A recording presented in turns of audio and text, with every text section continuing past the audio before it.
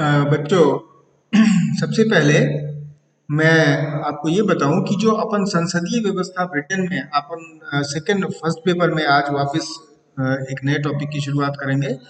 संसद के अंदर जो निम्न सदन है, कॉमन सभा, जिसे लोकप्रिय सदन भी कहते हैं क्योंकि यह प्रत्यक्ष रूप से जनता के द्वारा निर्वाचित है। तो इसकी चर्चा को ही आगे बढ़ाएंगे और सामान्यतः हम देखते हैं कि जो लोक सदन होता है वो अधिक शक्तिशाली होता है संसदीय व्यवस्था के अंदर।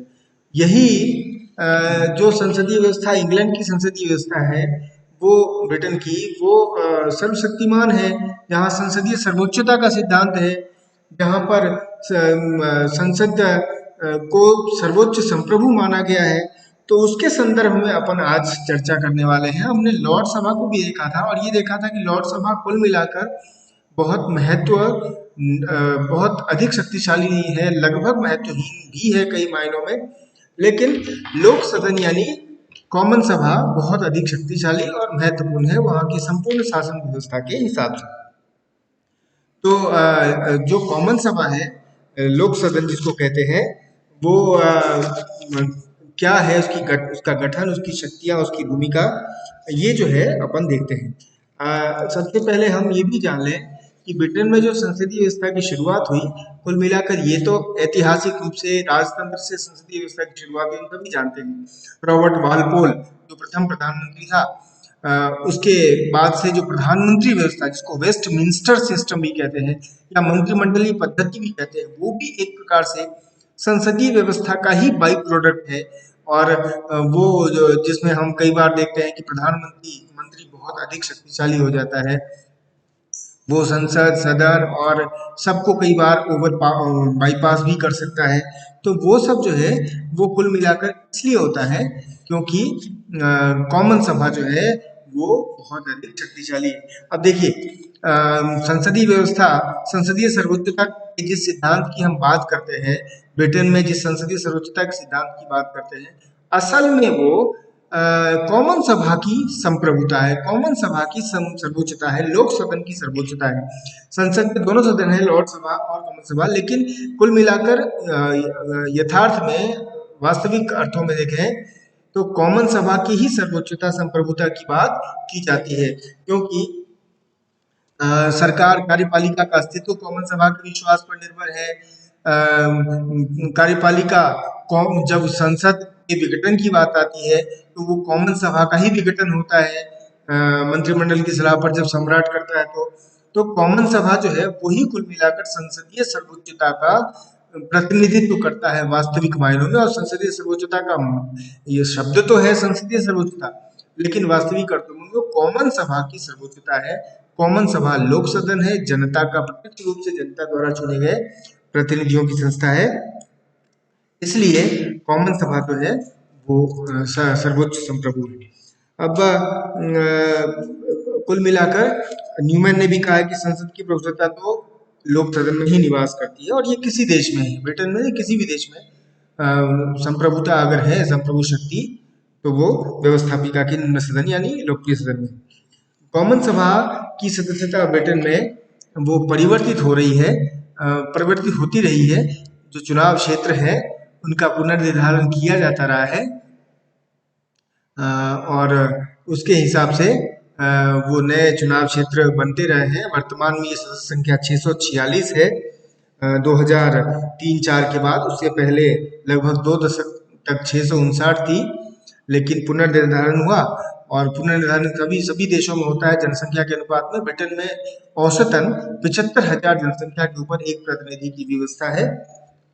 हम एक सिद्धांत के बारे में भी हमने सुना होगा, जेरीमैंडरिंग। जेरीमैंडरिंग जो कुल मिलाकर एक अमेरिका के संदर्भ में लिया जाता है। जेरीमैंडरिंग यानी कि कुल मिलाकर जो सत्ताधारी दल है वो अपने चुनाव क्षेत्रों का निर्धारण पुनर्निर्धारण इस हिसाब से करवाता है ताकि वो बहुमत प्राप्त कर सके। वो एक प्रणाली है, लेकिन चुनाव क्षेत्रों का प्रतिनिधित्व पुनर्निर्धारण होता रहता है जनसंख्या के अनुपात में। ब्रिटेन में हुआ, तो ब्रिटेन में वर्तमान में संख्या 646 है, और इसमें भी ब्रिटेन में 529, स्कॉटलैंड में 59, वेल्स में 40, उत्तरी आयरलैंड में 18 सदस्य निर्धारित है। अ, अब ये जो है कॉमन सभा का चुनाव भी अप्रत्यक्ष होता है और प्रत्यक्ष होता है। जनता करती है first pass the post system, यानी कि जिसको ज्यादा मत मिल जाए वो जीत जाता है। कोई निर्धारित मत नहीं है, जिसको बाकी के उम्मीदवारों से ज्यादा मत मिले, जैसे भारत में लोकसभा विधानसभा के लिए है, ठीक ऐसे ही वो विजयी घोषित हो जाता है। 1872 के बाद से ब्रिटेन में गुप्त मतदान प्रणाली को भी अपनाया गया। पहले ब्रिटेन में जो है वो कुछ क्षेत्र बहुदलीय चुनाव क्षेत्र भी थे। बहुदलीय क्षेत्र का मतलब है कि एक ही निर्वाचन क्षेत्र से एक से अधिक एक से अधिक का जो है वो सदस्य। भारत में भी 1951-52 में कुछ ऐसी सीटें थी पहले चुनाव में जहां बहुदलीय सीटें थी, और विशेष रूप से 1919 के अंदर, 1909 के एक्ट के अंदर जब पृथक निर्वाचन घोषित किया पद्धति अपनाई गई थी तो उस समय होता था, लेकिन बाद में धीरे धीरे ये सिस्टम खत्म हो गया। ब्रिटेन में भी 1948 के बाद से बहुदलीय प्रणाली, बहुसदस्यीय चुनाव क्षेत्रों की संख्या खत्म कर दी गई। अब सभी एक सदस्यीय चुनाव क्षेत्र ही है, और चुनाव जो है वो चुनाव मताधिकार जो है वो 18 वर्ष का है। 1969 तक ये आयु जो सीमा थी मताधिकार की वो 21 वर्ष थी, अब 18 वर्ष की आयु कर दी गई है। कार्यकाल जो है 5 वर्ष का है, लेकिन जैसा मैंने कहा कि मंत्रिमंडल की सलाह पर इसका समय से पूर्व ही विघटन किया जा सकता है, और ब्रिटेन में भी कई अवसरों पर समय से पूर्व ही विघटन करके चुनाव भी करवाए जाते रहे हैं। इसके अतिरिक्त कई अवसरों पर आपात स्थिति में जो ये अवधि है, कार्य टेन्योर है लोक सदन यानी कॉमन सभा का, वो बढ़ाया भी जा सकता है। जैसे द्वितीय विश्व युद्ध के समय में या युद्ध की स्थिति में ये बढ़ाया भी जा चुका है। तो ये अवधि निर्धारित तो 5 साल है, लेकिन अवधि कभी भी संसदीय व्यवस्था में लोक सदन की अवधि निर्धारित होती है, निश्चित नहीं होती। उसका समय से पूर्व विघटन हो सकता है। जैसे भारत में तो 1996 से 1999 के बीच में 3 बार आम चुनाव हुए, तो ये भी वहाँ होता रहता है। सदस्यों के लिए भी कई योग्यताएं हैं बनने के लिए, और जो 1957 का वहाँ लोक सदन अयोग्यता अधिनियम है, उसके लिए कुछ अयोग्यताएं भी निर्धारित की गई है, कुछ योग्यताएं भी निर्धारित की गई है। जैसे वो कम से कम 21 वर्ष का नागरिक हो, और वो ब्रिटेन का नागरिक हो, और उसकी मतदाता सूची में नाम शामिल हो। इसके अतिरिक्त कुछ अयोग्यताएं हैं, जैसे वो लोकसभा का सदस्य नहीं होना चाहिए, वो उत्तरी आयरलैंड, इंग्लैंड, स्कॉटलैंड चर्च के पादरी अथवा रोमन कैथोलिक चर्च के पादरी न हो, है ना। इस तरह के कुछ जो है वो अयोग्यताएं भी है। और जो लोक सदन है वो कुल मिलाकर इसके कुछ विशेषाधिकार और कुछ संसदीय विशेषाधिकार और इनके इम्यूनिटीज भी हैं। खैर, अब जो कॉमन सभा है उसका सर्वोच्च पदाधिकारी जो है वो अध्यक्ष होता है, जिसका चुनाव संसद के सदस्य बहुमत से करते हैं। और जो संसद की घनपूर्ति है, लोक सदन की घनपूर्ति है यानी कोरम है, वो 40 है। और सामान्यतः सदन का अधिवेशन लोकसभा के साथ ही प्रारंभ होता है। और एक परंपरा यह भी है कि वर्ष में एक अधिवेशन तो अवश्य ही बुलाया जाए, आवश्यकता अनुसार अधिक अधिवेशन भी बुलाए जा सकते हैं। सदन की बैठकें सप्ताह के प्रथम 4 दिन सोमवार से गुरुवार तक 2:45 बजे से दोपहर के बाद आरंभ होती है। शुक्रवार निजी प्रस्तावों और याचिकाओं के सुरक्षित होता है। इस दिन दोपहर के पूर्व 11 बजे सदन की बैठक होती है ना। और सप्ताह के प्रथम 4 दिन दोपहर से पूर्व का समय समितियों के कार्य के लिए आता है। देखिए जो संसदीय व्यवस्था है जैसे भारत में भी, वो समितियों के माध्यम से कार्य करती है संसद, और लोक सदन भी इसका अपवाद नहीं है। बहुत सारी समितियां हैं, समितियों के माध्यम से विचार विमर्श होता है, फिर संसद के सत्र पटल पर रखा जाता है लोक सदन के, और फिर उस पर निर्णय लिया जाता है। सामान्यतः कॉमन सभा का स्पीकर यानी अध्यक्ष जो है वो सर्वसम्मति से लिया जाता है, लेकिन ऐसा नहीं है। ये चुनाव भी होता रहा है। जो पहला अध्यक्ष था थॉमस हंगरफोर्ड, वो 1936 वो बने थे और 1396 से संसद के अध्यक्ष की लोक सदन के सॉरी कॉमन सभा के अध्यक्ष की परंपरा चली आ रही है। और पहले इनको लॉर्ड प्रेसिडेंट भी कहा जाता था। अध्यक्ष जो है कुल मिलाकर एक बार चुनाव अध्यक्ष बनने के बाद एक प्रकार से निष्पक्ष और निर्दलीय हो जाता है, दलीय आस्था से मुक्त हो जाता है, दलीय आस्था के अंदर वो बंधा नहीं होता।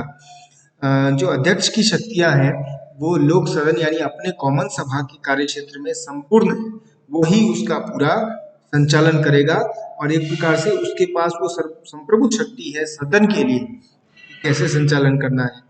इसलिए एस गॉर्डन ने कहा है कि स्पीकर का पद विश्व के सर्वाधिक सम्मानप्रद, गौरवपूर्ण और कठिन कर्तव्य वाले पदों में से एक है। भारत में भी हम अध्यक्ष की कुल मिलाकर यही स्थिति देखते हैं। वो न सिर्फ अपने सदन का सभापतित्व करता है बल्कि समस्त वाद विवाद का संचालन करता है, वाद विवाद में नियमानुसार संचालन करता है, नियमों की अवहेलना को नियंत्रित सीमित करता है, सदन में व्यवस्था और अनुशासन बनाए रखता है और संसदीय नियमों उपनियमों की व्याख्या करता है, उसकी व्याख्या उसके नियम उपनियम की व्याख्या वो अंतिम होती है। वित्त विधेयक को प्रमाणित करता है कि वित्त विधेयक है और वो जो मतदान होता है उसकी भी निगरानी करता है। साथ ही जो निर्णायक यदि पक्ष और विपक्ष में बराबर मत मिले तो निर्णायक मत की स्पीकर या अध्यक्ष का ही होता है। और सदन के सदस्यों की विशेषाधिकार की रक्षा करना, सदन के विशेषाधिकार की रक्षा करना, है ना, ये कुल मिलाकर कॉमन सभा के अध्यक्ष के प्रमुख दायित्व होते हैं। यद्यपि निर्विरोध चुनने की परंपरा है लेकिन कई बार चुनाव भी होते रहे। इसके अतिरिक्त एक प्रमुख और जो पद है संसदीय ब्रिटिश कॉमन सभा के लिए वो है दलीय सचेतक यानी पार्टी व्हिप्स के लिए। पार्टी व्हिप जो है संसदीय व्यवस्था की एक प्रमुख प्रणाली है जो सदस्यों को अनुशासन में रखती है और वो सचेतकों का मुख्य कार्य है कुल मिलाकर कि वो न सिर्फ अध्यक्ष की मदद करे बल्कि अपने दल की सरकार के लिए की निगरानी भी करे और मंत्रिमंडल की सहायता करे, है ना, सदन की गणपूर्ति हो या सदस्यों की अपने दल के सदस्यों की उपस्थिति हो, है ना, और मंत्री और सदस्यों के बीच में एक संपर्क समन्वय हो, है ना, ये जो कार्य है ये दलीय सचेतक के होते हैं। अब इसके बाद अपन कॉमन सभा के जो है वो कार्य, शक्तियाँ और फिर ब्रिटेन में विधि निर्माण की जो प्रक्रिया है कानून निर्माण की और समितियों के माध्यम से कैसे होता है इसको भी देखेंगे।